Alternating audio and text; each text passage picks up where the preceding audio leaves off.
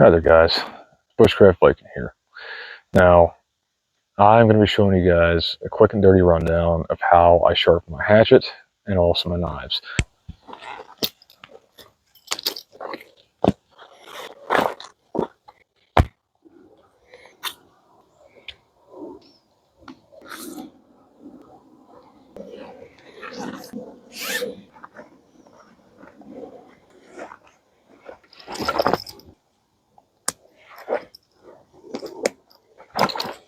The first thing I'm going to be doing is sharpening my hatchet. The same pitch as your actual blade right there. It's tucked up into my arm, pit like this. It just makes it easier so I can have a sturdy grip on it, so I can sharpen it better. So this is generally what I do. I'm going to start filing it, going up towards the top of the axe head like this. Now eventually, I like to kind of test it and see by going to the opposite side and feeling to see if I have a good burr or not, which I don't have a very good burr. So I'm going to have to continue filing this down to be able to get the burr I want. Once I got that burr that I want,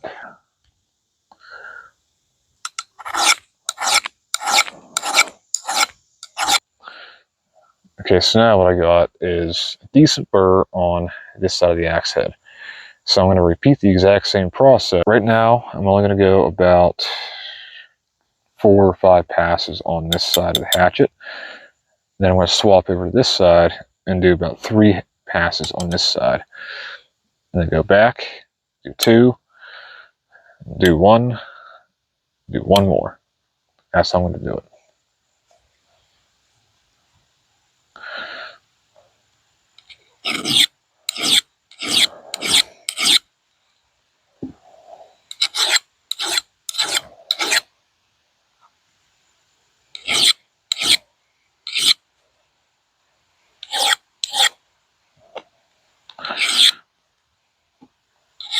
We are going to be sharpening this cheap Dollar General knife now. The blade is pretty flimsy. I'm going to support it like this to make sure I get a good sharp edge on it. And do pretty much the exact same thing. Because this is such cheap metal, I'm actually going to use my pants to strop this in particular knife. Putting it with the edge facing towards me, and I'm pulling away from me like this. I'm not going towards me, I'm going away from me with the. I do the same thing on this side. And just like that, I've got a decent little working edge on this cheap knife.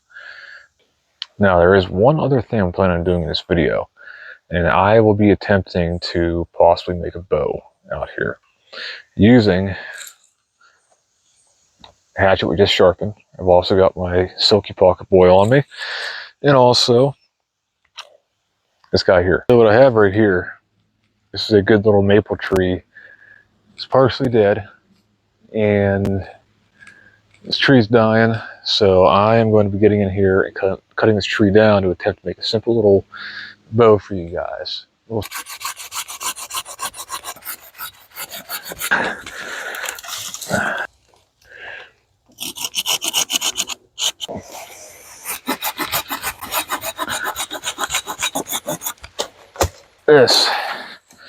This is the section we need. Now the only downside is that there is a lot of knots in it.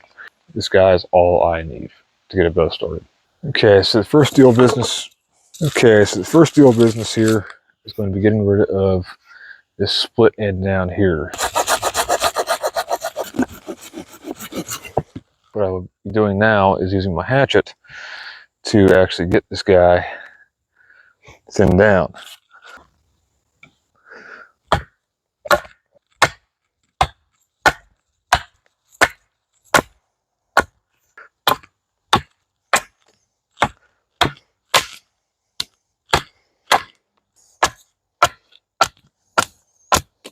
So as you can see, there is a knot right down here at this lower part of the limb.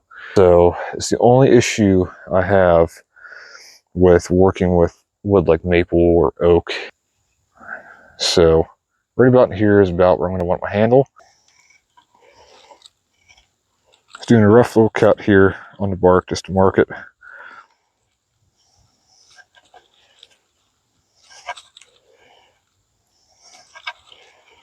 Doesn't have to be anything crazy.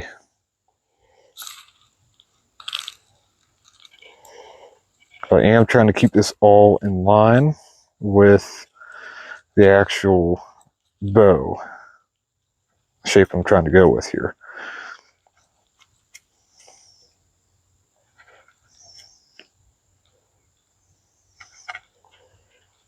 So kind of have my handle marked out here a little bit. Now obviously it will be a little bit different later on. Whenever I actually go to form the bow itself, it will be just a little bit different. So now I need to start working on the upper part of the bow here. It's going to be the exact same principle I just did. It's trying to keep it in line with the top section of the bow as much as I can. So it's going to be rather interesting because this bow is, or this piece of wood is not 100% straight. This really kind of gives me a guide to where to hit and where not to hit at.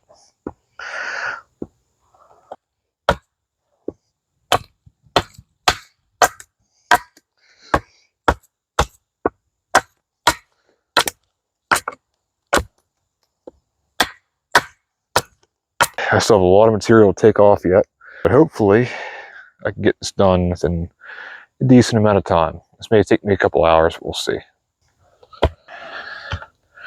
This is what I have done so far to this bow. It does have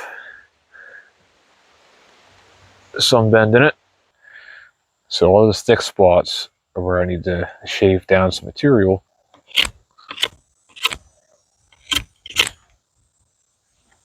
Starting to kind of get there. So I've kind of got this roughly about where I want it to on the side. It hasn't changed much since the last clip, but I just want to see how this bow actually bends before I go to string it up. So let's go ahead and see.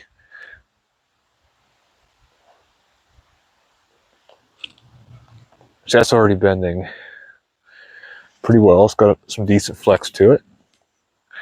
So I'm going to try the other side.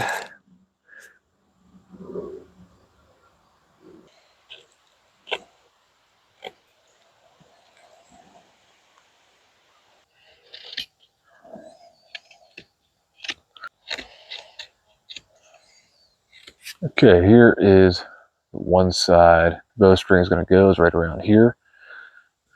This is the second side. So this right here is number 36 tarred bank line. And I'll take some of this and make it into my bowstring. I've got this set up to be a rapid deploy bundle.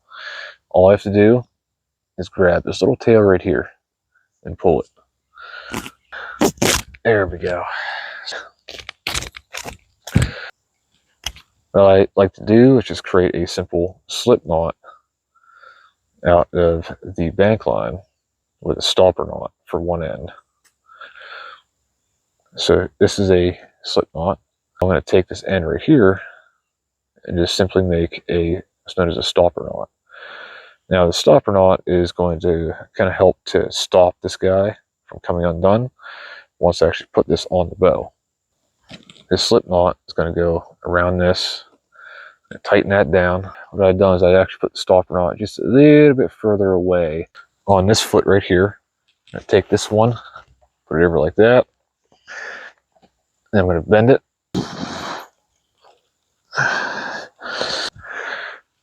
Okay, I can already tell you right now, that is not enough. As you can see though, there is some bend to it. But because of all the knots on this side right here is causing issues. This is the problem area right now. Okay, so what I have found here is just a simple little sapling. So I got a piece of duct tape here. I'm going to take the back side of the duct tape. I want to put it roughly about in the middle and simply poke a hole through just like this. Slide it the whole way down. Bend it in half just like so. Just trim off pretty much all the extra. Here is our makeshift fletching for this. So So take that Y, put it right here in the string. Just going to aim it, shoot it. Oh, you're close.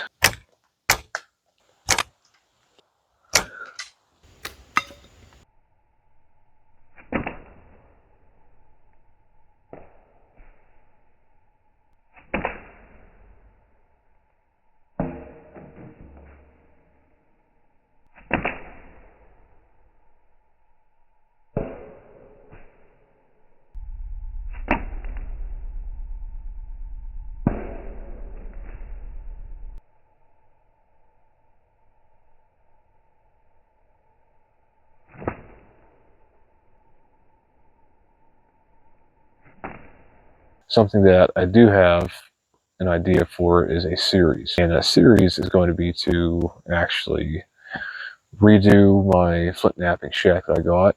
Because right now it looks like a hobo shack. And I want to start working that as soon as possible. But I just want to get your feedback on that and to know if something you'd be interested in seeing.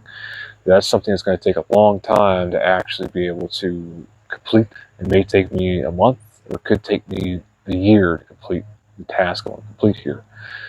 And if you guys don't want to see it on here, I'll do it out of my own time, and I won't worry too much about it. If you have any suggestions on what I should do next, give me some ideas. So thank you for watching. Hope you enjoyed, and I'll see you around.